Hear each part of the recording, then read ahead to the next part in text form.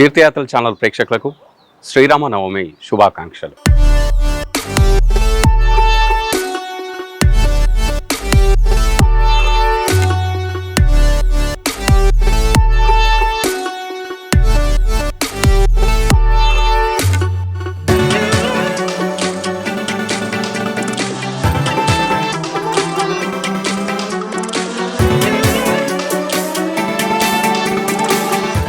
ఆ శ్రీరామచంద్రమూర్తిని కోదండరాముడు అని భక్తులు ఎందుకు పిలుచుకుంటారు అంటే ఒక విశిష్టమైన అర్థం దాగి ఉంటుంది. ప్రధానంగా శ్రీరామచంద్రమూర్తి ధరించే ధనస్సు విల్లు పేరు మీద ఈ పేరు వచ్చిందని, సంస్కృతంలో కోదండం అంటే ధనస్సు, విల్లు అని అర్థం. శ్రీరాముడి ఆయుధమైన విల్లు పేరు కోదండం. ఆ విల్లు అత్యంత శక్తివంతమైనది, అజేయమైనది కూడా. రాముడు ఎప్పుడూ ఈ విల్లును ధరించి ఉండడం వల్ల ఆ స్వామిని కోదండరాముడు అని మనందరం కూడా పిలుచుకుంటూ ఉంటాం. సాధారణంగా రాముడి విగ్రహాలు లేదా చిత్రపటాల్లో ఆయన కుడి చేతిలో బాణం, ఎడమ చేతిలో విల్లు పట్టుకొని కనిపిస్తాడు.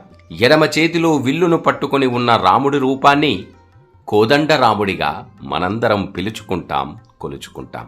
రామ అనేది 2 అక్షరాలు, కానీ ఆ రామ అనే పదం వెనుక ఒక తారక మంత్రం దాగి ఉంటుంది. కష్టాల్లో ఉన్న భక్తులు రామ అని తలుచుకుంటే చాలు, కోదండరాముడిగా శ్రీమన్నారాయణుడిగా ప్రత్యక్షమై భక్తుల కష్టాలన్నీ కూడా పోగొడుతూ ఉంటాడు. దశరథ కౌసల్య ముద్దుల తనయుడు ఆ శ్రీరామచంద్రమూర్తి. ఎన్నో ప్రాంతాల్లో ఆ శ్రీమన్నారాయణుడి రూపమైన శ్రీరామ అవతారంగా ఎన్నో గుళ్ళు, గోపురాలు ఈ పుణ్య భారతావనిలో వెలిసి భక్తుల చేత పూజలు అందుకుంటూ ఉన్నాయి.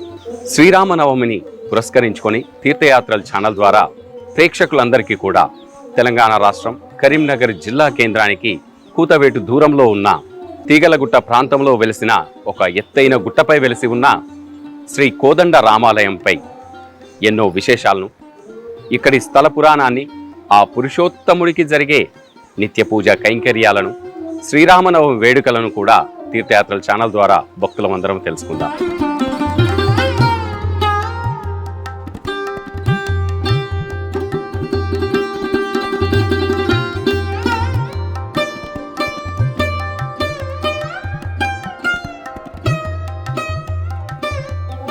ఎత్తైన గుట్టపైన ఆ రాజగోపురాన్ని వీక్షిస్తూ భక్తులందరూ కూడా అల్లంత దూరం నుండే ఆ స్వామివారి రాజగోపురానికి నమస్కరిస్తూ జై శ్రీరామ్ అంటూ ముందుకు కదులుతూ ఉంటారు. ఎత్తైన ప్రాకారంగా ఆ రాజగోపురాన్ని ఆ శ్రీమన్నారాయణుడి దశావతారాలన్నింటినీ కూడా మనకు ఆ వివిధ చిత్రమాలికలతో ఎంతో అందంగా చిత్రీకరించారు. రాజగోపురం దాటి ముందుకు వెళ్ళగానే బంగారు వర్ణంతో నింగిని తాకుతున్నట్టుగా మనకు ఆ ధ్వజస్తంభం అగుపిస్తూ ఉంటుంది. శ్రీరామనవమిని పురస్కరించుకొని ఆలయంలో సకల దేవతలకు ఆహ్వానం పలుకుతూ గరుడ పతాకాన్ని కూడా ఎగురవేస్తూ ఉన్నారు. ఆలయ ముఖమండపంపై సీత, లక్ష్మణ, హనుమంత సమేత ఆ శ్రీరామచంద్రమూర్తిని కూడా ఇక్కడ ఎంతో అందంగా చిత్రీకరించారు.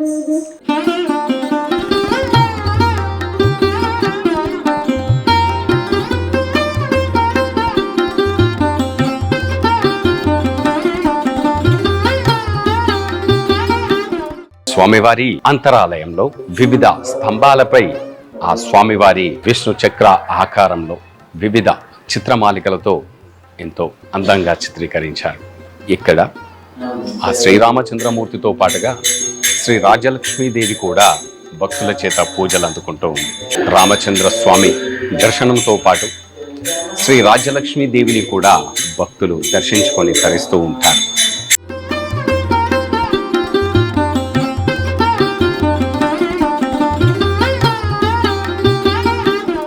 భక్తికి నిదర్శనమైన ఆంజనేయ స్వామివారు ఆ కోదండ రామస్వామి వెలిసి ఉన్న ఈ క్షేత్రంలో క్షేత్ర పాలకుడిగా ఆంజనేయ స్వామివారు కొలువై ఉన్నారు. ఆ రామచంద్రమూర్తికి ఎదురుగా రామభక్త పారాయణుడైన ఆంజనేయుడు ఆ స్వామివారిని నిత్యం వీక్షిస్తూ రామభజన చేస్తూ ఇక్కడి భక్తులకు దర్శన భాగ్యాన్ని కల్పిస్తూ ఉన్నాడు.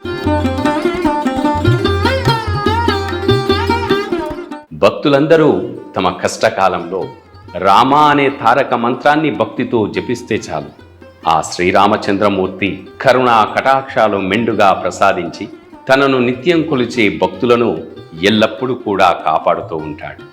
ఇక్కడ కొలువై ఉన్న ఆ కోదండ రామయ్య ఈ ప్రాంతములో వెలసి భక్తులను దర్శన భాగ్యాన్ని కూడా కల్పిస్తూ ఉన్నాడు.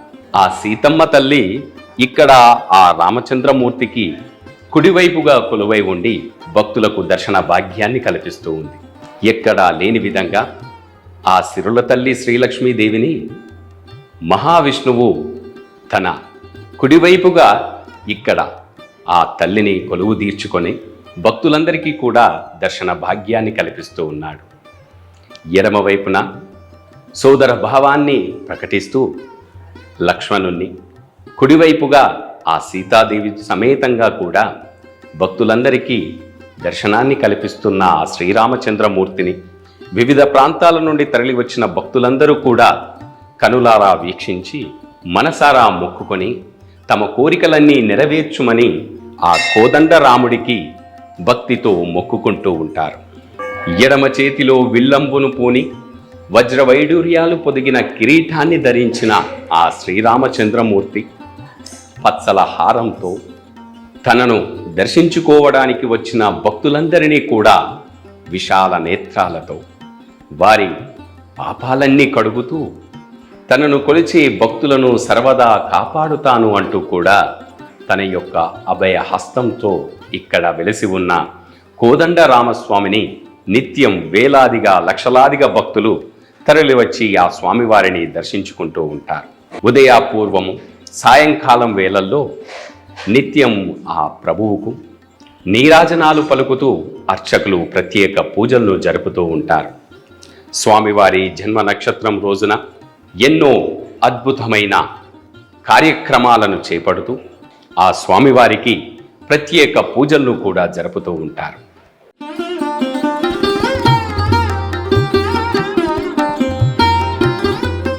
ఇక్కడి కోదండ రామాలయంలో ఆ శ్రీరామచంద్ర ప్రభువుకు నిత్య పూజలు జరిపిస్తూ భక్తులందరికీ కూడా దర్శన భాగ్యాన్ని కల్పిస్తున్న ప్రధాన అర్చకులు ఇప్పుడు మనతో ఉన్నారు.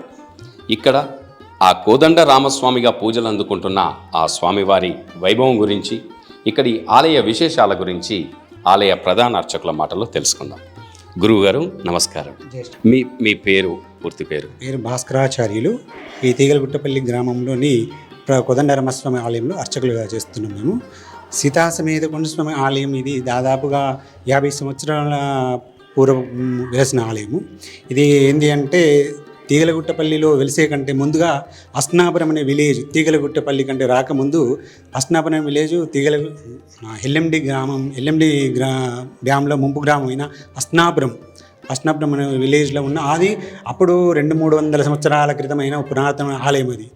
అది ఎల్ఎండి డ్యాంలో ముంపు గ్రామం అయ్యే సమయంలో 1979-80 సంవత్సరంలో తాతగారు పాపయ్య పంతులు గారు తీసుకొచ్చి తీగలగుట్టపల్లిలో ప్రతిష్టాపన చేయడం జరిగింది. అప్పుడు స్వామివారికి కళ్యాణం ఏ విధంగా జరిగిందంటే 15 మంది భక్తజనులు బాగా బంధువులు పాల్గొన్న సమయం అది. అప్పటి నుండి చిన్నగా స్వామివారి కృపతోని దాదాపుగా 40 సంవత్సరాల తర్వాత స్వామివారికి ప్రధానంగా ఆలయం నిర్మాణం జరిగింది. మండపాలు, ఉపాలయాలు అన్ని నిర్మాణం జరిగినాయి. ఇప్పుడు దాదాపుగా స్వామివారి కళ్యాణోత్సవంలో 20,000 భక్తులు వచ్చి దర్శనం చేసుకునే భాగ్యం కలుగుతుంది. వారి కుటుంబాలుగా స్వామివారి కృపాకటాక్షాలు ఇలవేళలా ఉంటున్నాయి. ఇక రాను కూడా దాదాపుగా స్వామివారి కళ్యాణ మహోత్సవం ఘనంగా జరుగుతుందని మేము అందరము భక్తులు, కమిటీ వాళ్ళందరూ కూడా కృషి చేస్తున్నారు. కాబట్టి ఈ మన సీతా సమేత కొండస్వామి ఆలయంలో ప్రధానంగా చూసుకుంటే చైత్రశుద్ధ శుక్ల పంచమి నుండి నవమి వరకు పాంచానిక బ్రహ్మోత్సవాలు జరుగుతున్నాయి. అందులో మనకు నవమి రోజు స్వామివారికి తిరుకల్యాణోత్సవం బ్రహ్మాండంగా, అంటే కనుల పండుగ జరుగుతుంది. మనకు భద్రాచలం ఎంత ఘనంగా జరుగుతుందో తర్వాత మన గుళ్ళే కూడా ఈ రామస్వామి కోదండ రామస్వామి కృపతోని అంతే కళ్యాణం బ్రహ్మాండంగా జరుగుతుంది. భక్తులు, భాగవద్బంధువులు, అర్చకులు అందరూ సమష్టితోని, కమిటీ సభ్యులతోని అందరూ కలిసి స్వామివారి ఆ కళ్యాణాన్ని తిరుకల్యాణ మహోత్సవం ఎంత బాగా అంటే ఆహా ఇది వైకుంఠమా అన్న అంత భద్రాచలంలోనే మనం చేసుకుంటున్నాం ఈ కళ్యాణం, స్వామివారి కళ్యాణం అని ఎంత బ్రహ్మాండంగా జరుగుతుంది. కాబట్టి స్వామివారి కృప వచ్చిన భక్తులకి, భక్త జనులకి, మన కరీంనగర్ కానీ, ఆంధ్రప్రదేశ్ కానీ, తెలంగాణ కానీ, భారతదేశం కానీ ప్రతి ఒక్కరి మీద ఆయన చల్లని చూపులు ఉండాలి, ఆయన కృప ఉండాలని చెప్పి కోరుకుంటూ స్వామివారి మంగళాశాసనం జయ శ్రీమన్నారాయణ, జయ జయ శ్రీరామ్. ఎక్కడ చూసినా ఆ స్వామివారికి ఎడమ వైపుగా అమ్మవారు కొలువై ఉంటారు. కానీ మన ఆలయంలో ఇక్కడ కోదండ రామస్వామికి కుడివైపుగా ఆ సీతాదేవి కొలువై ఉంది. ఏంటి అందులో ఉన్న అర్థం ఏమిటంటారు? ఉన్నది అర్థం అంటే అంతగా అర్థం. మనకు స్వామివారు చిన్నజీయ స్వామివారు ఉంటారు. వారు ఎప్పుడైనా అంటారు ఏమని, మనకు స్వామివారి దయ ఉంటే ఫస్ట్ అమ్మ దయ ఉండాలి, మనకు అమ్మ దయ ఉంటే అందరి దయ ఉన్నట్టే అని చెప్పి వారు అంటారు. కాబట్టి మనం ముందుగా అమ్మవారిని ప్రతిష్టాపన చేసుకోవాలని మన సంకల్పంతోని ఫస్ట్ అమ్మవారిని ప్రతిష్టాపన చేసుకోవడం జరిగింది. ఫస్ట్ అమ్మవారి కృప మన మీద ఉంటే స్వామివారి కృప ఇలాగ ఉంటుంది అని చెప్పి అమ్మవారి దయ ఉండాలని చెప్పి అమ్మవారిని ఎడకుడవైపుగా మనం అదే మనం భద్రాచలంలో కానీ ఏ సీతారామచంద్ర ఆలయంలో ఉండండి అమ్మవారు ఎడపై ఉంటారు. కోదండరామస్వామి ఆలయం కాబట్టి మనం కోదండరామస్వామిని ప్రతిష్టాపన చేసుకుంటున్నామని చెప్పి అమ్మవారిని కుడివైపు ప్రతిష్టాపన చేసుకొని ఆ అమ్మదయ ముందు మనకు అమ్మదయ ఉండాలని చెప్పి కుడివైపు ప్రతిష్టాపన చేసుకోవడం జరిగింది. జయ శ్రీరామ్. కోదండ రాముడు అంటే ఏమిటి? కోదండం అంటే స్వామివారు కోదండరామస్వామి అనేది ఒకటే సమయం, అది స్వామివారి కోదండం ధరించిన సమయం. ఎక్కడ చూసినా మనం సీతారామచంద్ర స్వామి ఆలయంలో స్వామివారిని ధనస్సు పట్టుకొని అభయహస్తంతోనే ఉంటారు. అది మన ఆలయంలో చూస్తే స్వామివారి సాక్షాత్తు కోదండం ధరించి ఉంటారు వారు. అందుకే మనం స్వామివారిని కోదండరామస్వామిని ఆ జగద్రక్షణార్థం స్వామి ఏ సమయం తీసుకున్నాడో అదే సమయంలో ఆ సమయంలో ఉన్న స్వామివారు ఎవరో వారిని మనం కోదండరామస్వామిగా తీసుకొని అదే ఆలయ ప్రతిష్టాపన చేసుకోవడం జరిగింది. ఇది దాదాపు 200-300 సంవత్సరాల క్రితంకి వెళ్ళి వచ్చే ఆలయమే. ఇప్పుడు మనం కొత్తగా ప్రతిష్టాపన జరిగింది. అస్నాపురం విలేజ్లో చిన్న ప్రతిష్టాపన ఉంది. ఇప్పుడు ఒక చిన్న మూర్తులు ఉన్నాయి చూసింది కదా, ఆ పట్టాభిషేకంతో ఉంటుంది. మనకు దాదాపు 40 సంవత్సరాలు ఆ మూర్తులకే కళ్యాణం అవుతుండే.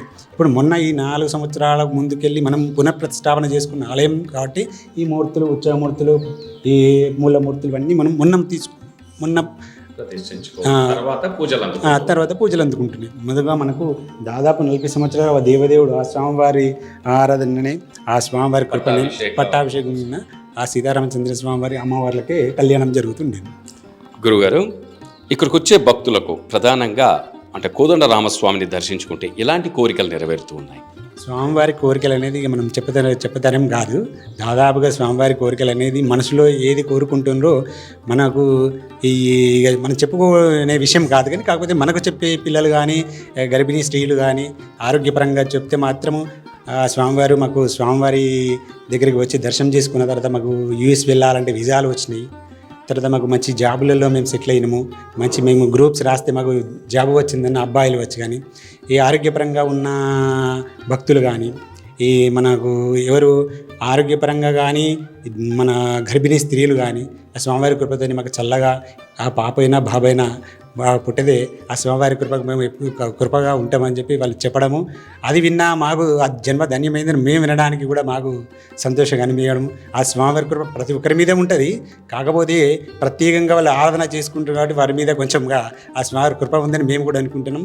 ఇంకా ప్రత్యేకంగా ఏంటంటే స్వామివారి జీలకర్ర బిల్లాన్ని తీసుకొని ఆనవాయితీ ఒకటి ఉంటుంది. స్వామివారి కళ్యాణం తర్వాత జీలకర్ర బెల్లం తీసుకొని నూతనంగా కళ్యాణం కానీ అమ్మాయిలు కానీ అబ్బాయిలు కానీ గర్భిణీ స్త్రీలు కానీ లేటుగా సంతానమైన వాళ్ళు కానీ ఏ కళ్యాణం లేటుగా అయిన అబ్బాయిలు కానీ కళ్యాణం లేటుగా అయిన అమ్మాయిలు కానీ అయ్యా ఆ స్వామివారి కృప మా మీద ఉండాలంటే స్వామివారి జీలకర్ర బెల్లం తీసుకుంటే మాకు ఈ పుణ్యం మాకు కలుగుతుందా అని చెప్పి చాలామంది అదొకటి ప్రచారంలో ఉన్నది. ఆ స్వామివారి అలాగనే నడుస్తూ ఉన్నది. అది సంతోషం, మాకు కూడా సంతోషం. చాలా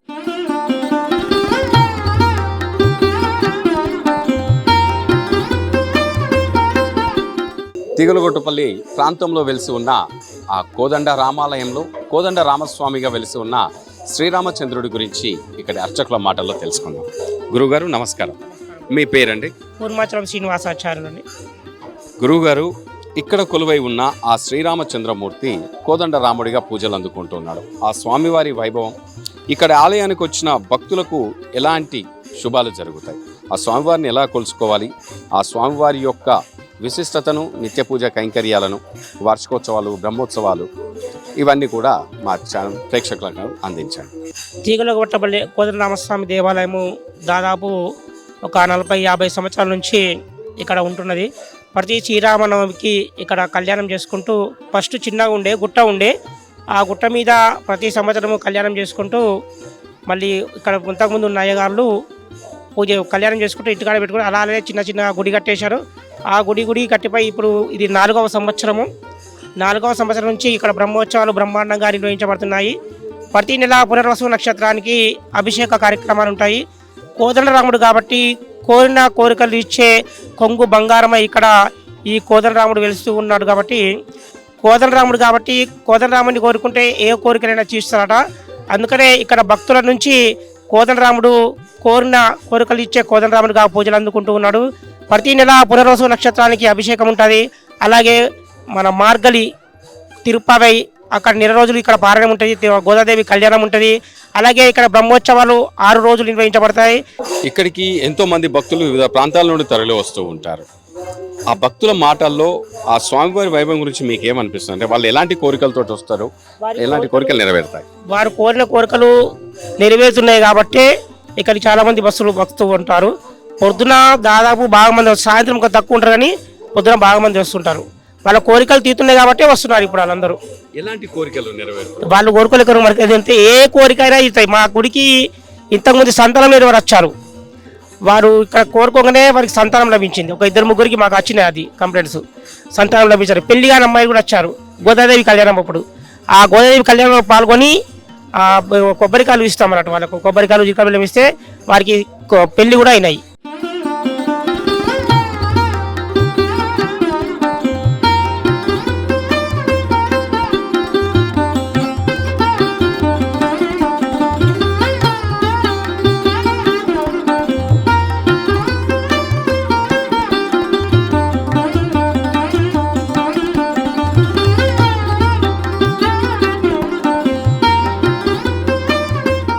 ఇక్కడ వెలిసి ఉన్న ఆ కోదండ రామస్వామి గురించి మీ మాటలు. మీ పేరు సార్?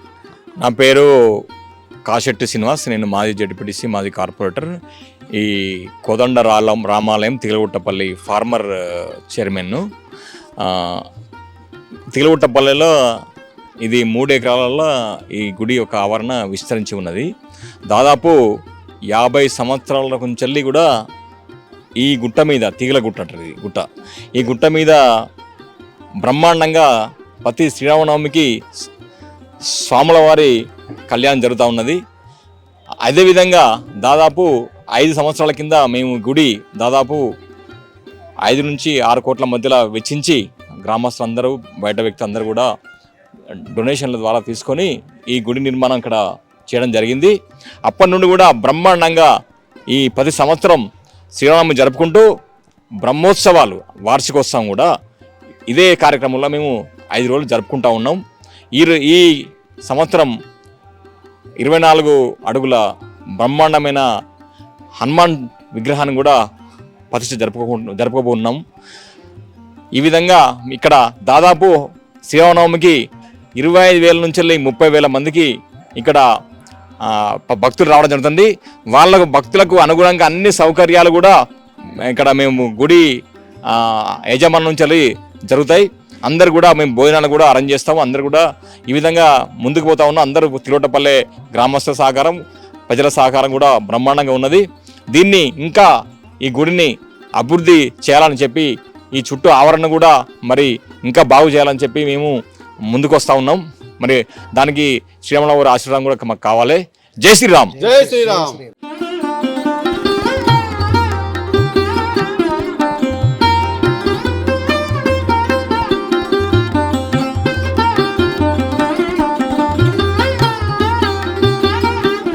కోదండ రామాలయంలో కోదండ రామస్వామిగా భక్తులకు దర్శనమిస్తున్న ఆ శ్రీరామచంద్ర ప్రభువు ఎడమ చేతిలో విల్లును ధరించి, కుడి చేతిలో బాణాన్ని ధరించి ఆ కోదండ రాముడిగా తన అవతారంలో ఎప్పుడైతే మనందరికీ దర్శనాన్ని ఇచ్చాడో, ఇక్కడి కోదండ రామాలయంలో కూడా ఆ శ్రీరామచంద్రమూర్తి అలాగే దర్శనమిస్తూ ఉన్నాడు. ఇక్కడికి వచ్చిన భక్తులందరూ కూడా విద్య, ఉద్యోగం, వివాహం, సంతానం, ఇలా వ్యాపార అభివృద్ధి, ఇలా ఏ కోరిక కోరుకున్నా ఆ కోదండ రాముడు ఇట్టే నెరవేరుస్తున్నాడని చెప్పి ఇక్కడి స్థల పురాణం చెబుతోంది. మనందరం కూడా శ్రీరామనవమిని పురస్కరించుకొని ఆ కోదండ రాముడి మెండైన ఆశీస్సులు మనందరిపై ఉండాలని కోరుకుంటూ జై శ్రీరామ్.